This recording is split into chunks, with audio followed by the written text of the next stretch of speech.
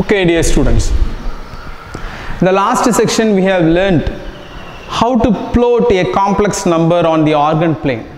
Okay, ஒரு complex number எப்படி organ planeல plot பண்றது அப்படிங்கறத நம்ம கத்துக்கிட்டோம். இப்போ so this is real axis and this is imaginary axis. 1 2 3, this is I, this is 2I, this is 3I, this is 0. Okay, where is the complex number 2 plus 3I in this organ plane? So let me name this as Z1. 2 plus I3 என்ற complex number, இதை இப்படியும் போடலாம் 2, 3 அப்படியும் சொல்லலாம். So 2 plus I3 அப்படினா அது எங்க இருக்கும்? 2 in the real part and 3 unit in the imaginary part. So this is Z1 is equal to 2 plus 3I. 2 plus 3I. இந்த காம்ப்ளெக்ஸ் நம்பரை வெக்டர் ஃபார்ம்ல டினோட் பண்ணுவாங்க. இன்னொரு விஷயத்தை நான் சொல்றேன், இந்த காம்ப்ளெக்ஸ் நம்பரை வெக்டர் ஃபார்மேட்ல டினோட் பண்ணுவாங்க. பொசிஷன் வெக்டாரை எப்படி டிஃபைன் பண்ணுவீங்க? how will you define a position vector?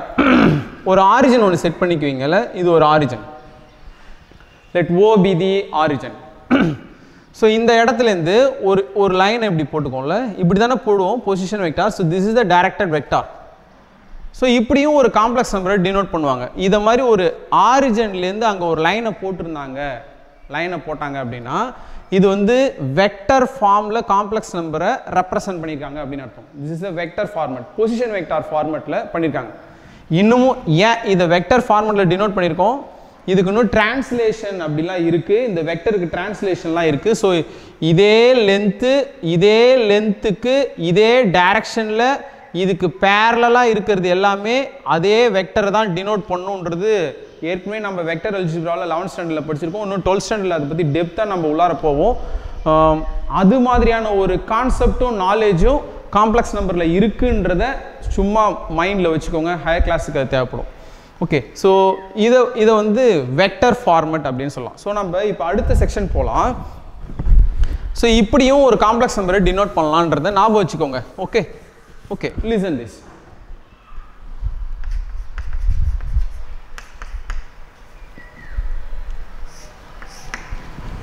How you are going to add two complex numbers? ரெண்டு காம்ப்ளெக்ஸ் நம்பரை எப்படி கூட்ட போறீங்க? ரெண்டு காம்ப்ளெக்ஸ் நம்பரை நான் கூட்டணும், அந்த கூட்டின காம்ப்ளெக்ஸ் நம்பரை கிராஃபுக்கு எடுத்து வரணும். அது கிராஃப் வரலையும் நீங்கள் புரிஞ்சுக்கணும். ஓகேவா? இதை வந்து கிராஃபில் ரெப்ரசன்ட் பண்ணி காமிங்க அப்படின்னு சொல்லிட்டு ஒரு 3 மார்க் செக்ஷனில் கிரியேட்டட் கொஷனில் கேட்குறாங்கனாலும் அதுக்கு ஆன்சர் பண்ணணும். லிசன், இது வந்து எக்ஸாம் பர்பஸ்க்காக படிக்க வேணாம். இன்னமும் ஒரு நம்பரை ஒன்று சொல்கிறாங்க, அந்த நம்பரை கிராஃபுக்கு எடுத்துகிட்டு போகிறாங்க, அந்த நம்பரை கூட்டுறதுக்கு சொல்லித்தராங்க. இது எப்படி கிராஃபுக்கு எடுத்துன்னு போகிறாங்கன்றது தெரிஞ்சுக்கிட்டே வாங்க. ஓகே, ஒரு கட்டத்துக்கு மேலே உங்கள் மூளை அதுவாகவே பயங்கரமாக யோசிக்க ஆரம்பிக்கும். ஸோ Z1 அப்படின்னு ஒரு காம்ப்ளெக்ஸ் நம்பர், Z2ன்னு ஒரு காம்ப்ளெக்ஸ் நம்பர் எடுத்துக்கிறேன். Z1 ஒரு காம்ப்ளெக்ஸ் நம்பர், 1 + 3I அப்படின்னு ஒரு காம்ப்ளெக்ஸ் நம்பர் எடுத்துக்கிறேன். அடுத்தது 2 + 2I அப்படின்னு ஒரு காம்ப்ளெக்ஸ் நம்பர் எடுத்துக்கிறேன். ஓகே, ஸோ 1 + 3Iன்னு ஒரு காம்ப்ளெக்ஸ் நம்பர் எடுத்துக்கிறேன், 2 + 2I அப்படின்னு ஒரு காம்ப்ளெக்ஸ் நம்பர் எடுத்துக்கிறேன். ஸோ Z1ஐயும் Z2ஐயும் இந்த ரெண்டு காம்ப்ளெக்ஸ் நம்பரையும் I am going to add these two complex numbers. அப்போனா 1 + 3I இந்த காம்ப்ளெக்ஸ் நம்பர் ப்ளஸ் 2 + 2I இந்த complex number. I am going to add this complex number. See, real பார்ட்டையும் தனியாக ஆட் பண்ணிக்கணும். 1 + 2 ரியல் பார்ட்டையும் தனியாக ஆட் பண்ணணும். இமேஜினரி பார்ட்டையும் தனியாக ஆட் பண்ணணும். ஸோ ரியல் பார்ட்டு கூட தான் ஆட் பண்ணணும், இமேஜினரி பார்ட்டு கூட தான் ஆட் பண்ணணும். So that is the addition of two complex numbers. Sir X இருக்கிறதுலாம் தனியாக தான் சார் கூட்டுவோம், அதெல்லாம் தனியாக தான் சார் கூட்டுவோம் அப்படின்னு நீங்கள் சொல்கிறீங்க. நான் அதை சொல்கிறதுக்காக இப்போ இதை சொல்கிறதே எனக்கு விஷயம் கிடையாது. இதை நான் கிராஃபிக் எடுத்துகிட்டு போகணும், அதுதான் என்னுடைய பெரிய விஷயம். So if you add this, what you are getting, this is 3.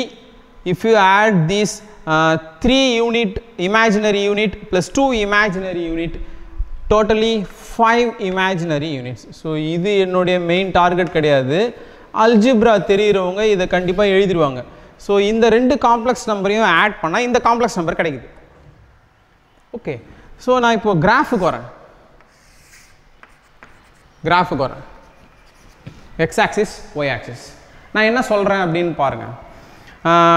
1 plus 3i. So this is 1 in the real part, 1 2 3.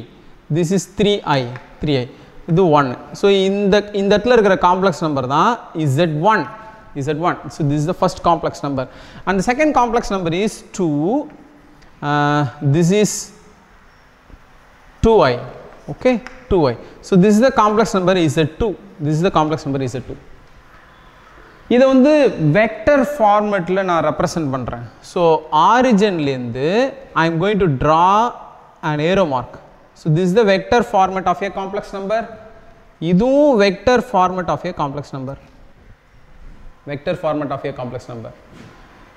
So after adding these complex numbers, we are getting 3 plus 5i. Am I right? 3 plus 5i. So here there is 3, 5 எங்க இருக்கும்? 1 2 3 4, and this is 5i. So in the complex number வந்து almost இங்க இருக்கும். This is the rough diagram. Okay, so this is z1 plus z2. So இதுக்கு நம்ம z3 னு பேர் வச்சுக்கலாம். So புதுசா ஒரு complex number, if you add these two complex, so addition of two complex number is again a complex number. இந்த complex numberக்கு z3 னு ஒண்ணா நம்ம பேர் வச்சுக்கலாம். So graphical notationல அப்படி பேர் வச்சுக்கலாம். So இந்த complex numberக்கு vector notation போடுங்களா. இது இப்படி இருக்கு. இப்போதான் நான் சொல்ல போகிறேன் ஒரு விஷயத்தை, நீங்கள் நல்லா புரிஞ்சுக்கோங்க. இந்த காம்ப்ளெக்ஸ் நம்பர் இப்போ z1னு ஒரு காம்ப்ளெக்ஸ் நம்பர் கிராஃபில் இருக்குது, ஆர்கன் பிளேனில் இருக்குது. z2னு ஒரு காம்ப்ளெக்ஸ் நம்பர் இருக்குது. Listen my word carefully. இந்த ரெண்டு காம்ப்ளெக்ஸ் நம்பரையும் கூட்டினா அந்த காம்ப்ளெக்ஸ் நம்பர் எங்கே சார் இருக்கும்? நான் என்ன சொல்கிறேன் பாருங்களேன். இந்த லைனுக்கு பேரலலா இது எவ்வளோ லென்த் இருக்குதோ அதே லென்த்துக்கு இந்த வெக்டரை டிரான்ஸ்லேட் பண்ணுங்க. Listen my word, translate. What is the meaning of translate? when will you use this word translate? Translate என்ற வார்த்தையை எப்போ யூஸ் பண்ணுவீங்க? தமிழில் நான் சாக்லேட் சாப்பிடுகிறேன் அப்படின்னு சொல்கிறோம். அப்போது அது இங்கிலீஷில் ஐ ஈட் ஏ சாக்லேட். இதனுடைய மீனிங் மாறக்கூடாது, இதனுடைய கிராமர் மாறக்கூடாது, இதனுடைய டென்ஸ் மாறக்கூடாது, எதுவுமே மாறக்கூடாது. இப்போ நான் டிரான்ஸ்லேட் பண்ணியிருக்கேன்ல, ஐ ஈட் ஏ சாக்லேட், நான் ஒரு சாக்லேட் சாப்பிடுகிறேன். தமிழ்லேருந்து அது இங்கிலீஷுக்கு டிரான்ஸ்லேட் பண்ணியிருக்கேன். சிமிலர்லி இந்த வெக்டரை டிரான்ஸ்லேட் பண்ண போகிறேன். வெக்டர்னாலே அதுக்கு டைரக்ஷன் இருக்கும், அதுக்கு மேக்னிடியூட் இருக்கும். அதை டிரான்ஸ்லேட் பண்ண போகிறேன். என்ன அர்த்தம்? அதனுடைய மேக்னிடியூட் மாறக்கூடாது, அதனுடைய டைரக்ஷன் மாறக்கூடாது. ஓகேவா? ஸோ இதை அப்படியே டிரான்ஸ்லேட் பண்ணி எடுத்து வந்து இங்கே வைக்க போகிறேன். So I will draw that translate. So இதுதான் டிரான்ஸ்லேஷன். இதே மாதிரி இதுக்கு ஒரு டிரான்ஸ்லேஷன் வரைகிறேன். இந்த ரெண்டு டிரான்ஸ்லேஷனும் ஒரு இடத்துல இன்டர்செக்ட் பண்ணிக்குது பாருங்க. அந்த இடத்துல தான் z1 plus z2ன்ற காம்ப்ளெக்ஸ் நம்பர் இருக்குது. ஓகேவா? இந்த வெக்டருக்கு ஒரு டிரான்ஸ்லேட், இந்த வெக்டருக்கு ஒரு டிரான்ஸ்லேட் வரைஞ்சிருக்கேன். There are many translate. எனக்கு இங்கிலீஷ் மட்டும் தான் தெரியும், நான் ஒரே டிரான்ஸ்லேட் மட்டும் தான் பண்ணேன். There are many language to translate. So இதே மாதிரியே நான் ஒரே ஒரு இடத்துக்கு டிரான்ஸ்லேட் பண்ணி அது ரெண்டும் இன்டர்செக்ட் பண்ணிக்கிற இடத்த பார்த்துருக்கேன். இது ஒரு பேரலோகிராம் மாதிரி இருக்குது. இந்த பேரலோகிராமினுடைய டயக்னலாக இது இருக்குது. அந்த டயக்னலுடைய எண்டில் வந்து z1 plus z2ன்னு இருக்குது. இதே மாதிரியான பேரலோகிராம் லாவை தான் நம்ம வந்து வெக்டர் அல்ஜிப்ராவிலையும் சொல்லியிருப்போம். So I don't need to extend my time. ஓகேவா? அதை பற்றி நம்ம யோசிக்கலாம், நீங்கள் புக் எடுத்து ரெஃபர் பண்ணலாம். ஓகேவா?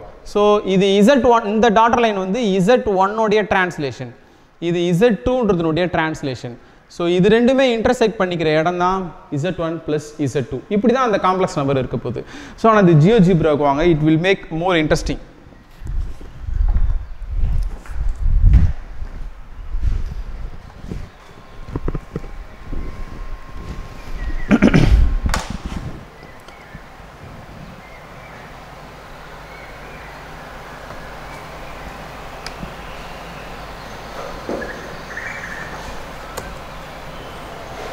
Okay, dear students, please listen. So as usual அங்கே ரியல் ஆக்சிஸ் இருக்குது, இமேஜினரி ஆக்சிஸ் இருக்குது. அந்த இமேஜினரி ஆக்சிஸில் ஐ மல்டிபிளாக இருக்குது. ஒரு காம்ப்ளெக்ஸ் நம்பர் எடுத்துக்கிறேன். Sorry, Z is the complex number. First complex number is 1 plus 3i. 1 plus 3i. So that complex number is here. 1 plus 3i. Okay. 1 plus 3i.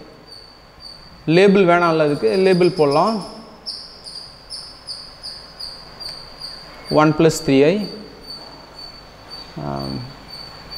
Right.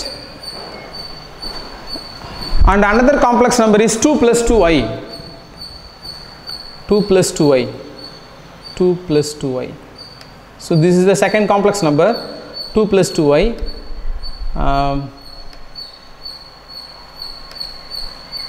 2 plus 2i. So இந்த vector formatல நான் denote பண்ண போறேன்.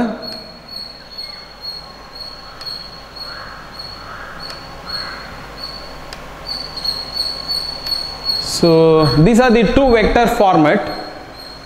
இப்போ Z1 Z2 அப்படிங்கிற complex number எப்படி இருக்கும்? Z1 Z2ன்ற complex number எப்படி இருக்கும்? நான் இன்னொரு காம்ப்ளெக்ஸ் நம்பர் போடுறேன்.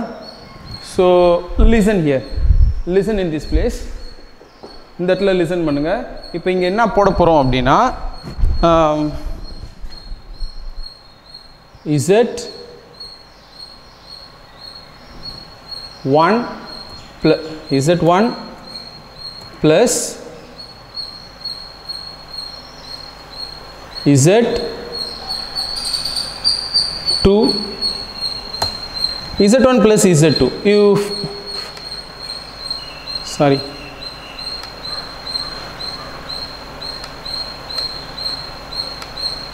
Z1 plus Z2 அந்த காம்ப்ளெக்ஸ் நம்பர் எங்க இருக்கு பாருங்களேன். this is Z1 plus Z2.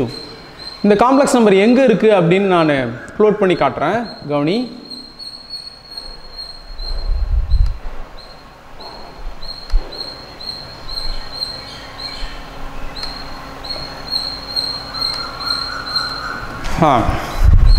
இங்கே ஒரு லைன் வரைஞ்சிருக்கேன் நான்.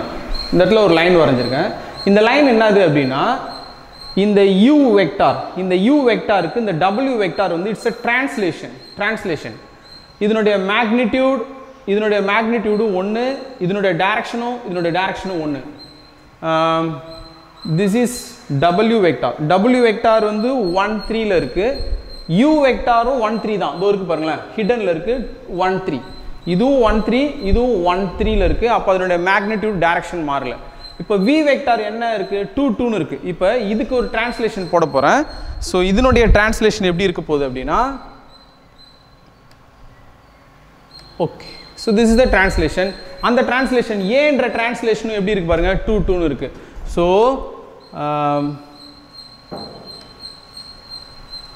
இப்போ அந்த Z1 Z2ன்ற காம்ப்ளெக்ஸ் நம்பருடைய அடிஷன் எங்க இருக்கு அப்படின்னா you please listen that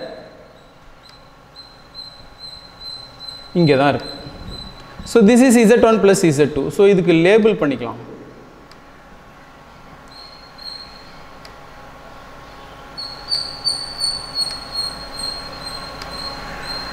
Okay.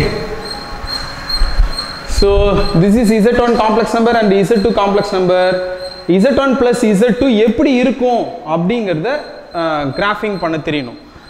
இதை நீங்கள் ரஃப் ஒர்க்கில் நீங்களாவே வரைஞ்சி பார்க்கணும். இங்கே ஒரு காம்ப்ளெக்ஸ் நம்பர் இருக்குது, இங்கே ஒரு காம்ப்ளெக்ஸ் நம்பர் இருக்குன்னா அப்போ இது ரெண்டுத்தையும் ஆட் பண்ணால் அந்த காம்ப்ளெக்ஸ் நம்பர் எங்கே இருக்கும், இந்த கிராஃபிக்கல் நாலேஜும் உனக்கு இருக்கணும். ஸோ நான் இந்த காம்ப்ளெக்ஸ் நம்பர்லாம் மூவ் பண்ணி காட்டுறேன். Okay, please watch this. So Z2 நவுத்த போகிறேன் வேறு இடத்துக்கு. ஸோ அது எப்படி நவுறுது பாருங்கள். whenever it moves somewhere, நாம் சொன்ன மாதிரியே அது மூவ் ஆகுது.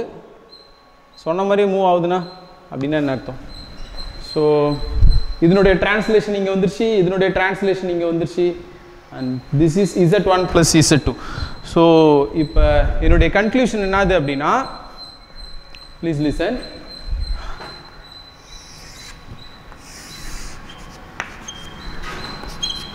This is imaginary axis and this is real axis.